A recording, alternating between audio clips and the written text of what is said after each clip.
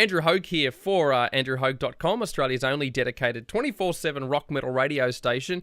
And it's my privilege to have this man on the line. They've just released their brand new record, Crown of Phantoms. We do have main man from Chimaira, Mark Hunter. G'day, Mark. Welcome to AndrewHaug.com. How you doing? I'm doing great. How are you? Yeah, I'm doing really well, and it's good to be talking to you and talking about the brand new record. Obviously, you are pretty much the sole surviving member of Chimaira. It's certainly a new sort of breed these days with a whole new lineup. How do you feel about the record now moving forward to the future? And well, I'm definitely excited about the future, and I'd say the past 19 months since the new lineup debuted in Australia, it's just been nothing but an amazing experience, from those shows to the following shows that happened afterwards all over the world, and then writing an album with everybody and recording. I think that we've definitely gone over the hump, if you will, and solidified this as a tight functioning unit, and we're just in a really good place right now, and we're happy to release this album and not only debut this incarnation of the band, but still celebrate the tradition of Chimaira. Now, again, you've been quite outspoken over the years just with your approach to music and also, the industry as a whole.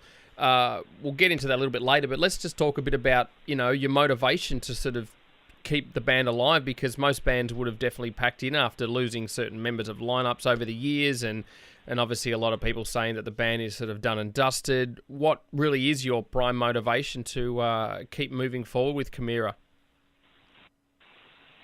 Well, I mean, at the start, there was a motivation that we had just finished writing an album, and there were record labels that had invested a lot of money not only into the production of those albums but the promotion of them, and we had also booked about 5 months of touring.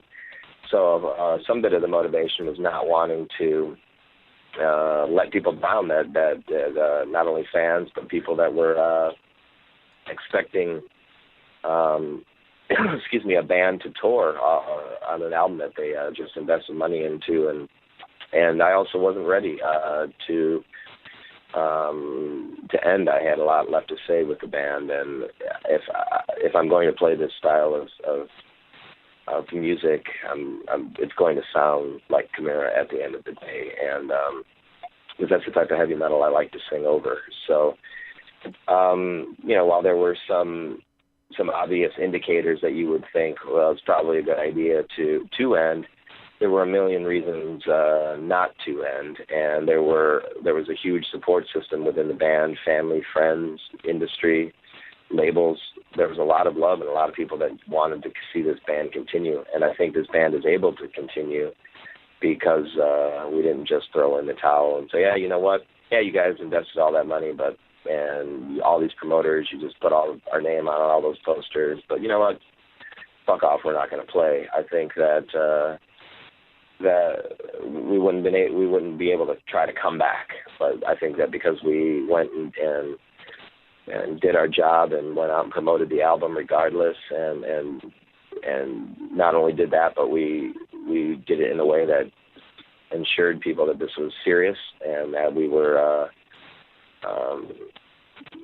taking it extremely to heart and putting a lot of passion into it. I think that's why it's able to work. Now, when you sort of started to, again, get new sort of members, were there any sort of past examples that you thought, well, I'm not going to take that approach, as far as finding good personalities within the group moving forward? I mean, was there any certain criteria that you wanted to follow in? Yeah, I understand what you're saying. I mean, I think that, musicians are pretty easy to find. That was not what I was looking at all. I was looking at chemistry. I was looking at how people I gelled with, and musicians I'd met along the way that kind of felt the most like-minded in terms of why they do this for a career and what they expect out of it, and their drives and their motivations, and also coming from a similar background of being in stressful situations and the ups and downs of bands. So this team was put together within, not just by me. I wasn't like selecting people like, hey, send me your profile pic. it was very carefully constructed within and with all the members' input, and as our band kind of started falling apart, it was also rebuilding itself at the same time. So over the past couple of years, so I've just been able to have a good, I guess, perspective and team to build this in a way that we knew wouldn't just fall apart at the seams as soon as we went for it. I mean, everyone in this camp is excited about what they do, and it means the world to them. Now, I know that you've been quite outspoken over the last couple of years just in the state of what the music industry is all about. A lot of stuff most bands are probably a bit naive to, whereas you've certainly spoken, your heart and soul about exactly how it works. And how do you view it now? I mean, have you seen changes come that are more positive now? Well, I definitely have maintained some of those thoughts from back then, but I don't focus on them anymore. But I definitely do see a positive, and I just kind of stopped paying attention to that. I started putting more focus on to rebuilding the band and putting all my energy into making sure that we put out a great album, put out great lyrics, put out great music, put out great art, everything like that, great video content, the best that we can possibly do. And that's what I'm concentrating on. And then what I'm noticing in terms of a positive turnaround is that it just seems overwhelmingly, there's just a ton of people blowing up my Twitter, my Facebook, Instagram, everything, just nonstop, all day, the past few days.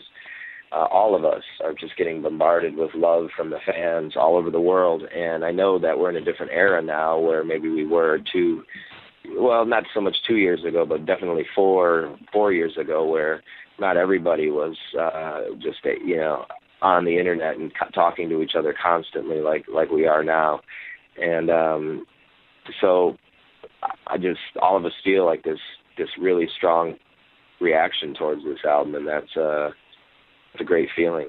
We'll see what it does. Of course, you're here for Soundwave 2012. Any news on a return tour with this new record, by the way? Well, there's no news at the moment, but we're definitely, I'm mentioning it in every single interview that I do, that we want to come back, not only to play Soundwave again, because we love that, but we would also love to come and headline for our fans and play a nice long set. And so everybody that checks this out, definitely start spreading the word to the promoters and let people know that you'd like to see us, and we're going to be working on it too. But I have a strong feeling we'll be there early next year, and that would just be awesome. Well, we can get you to choose your favourite track from Crown of Phantoms and maybe tell us a little bit why you like the track and say your goodbyes. Sure. I think the favorite song on it right now is called Wrapped in Violence, and we're ending our set with that right now. And it's just a fun song. It was one of those songs that definitely sounds a bit different and a little out of the box, but it's just disgustingly heavy, and we're finally getting to play it through a PA and really feel the girth of the song and the bottom and the low end, and it's just a devastatingly heavy song, and seeing the reaction on people's face when they hear it and see it live is pretty cool. So I'm enjoying jamming that one right now. So, and I guess I'll say goodbye. Appreciate your time. Thanks no worries. so much. We'll check out some Chimaira now here on andrewhaug.com. Thanks, Mark. Thank you. Take care.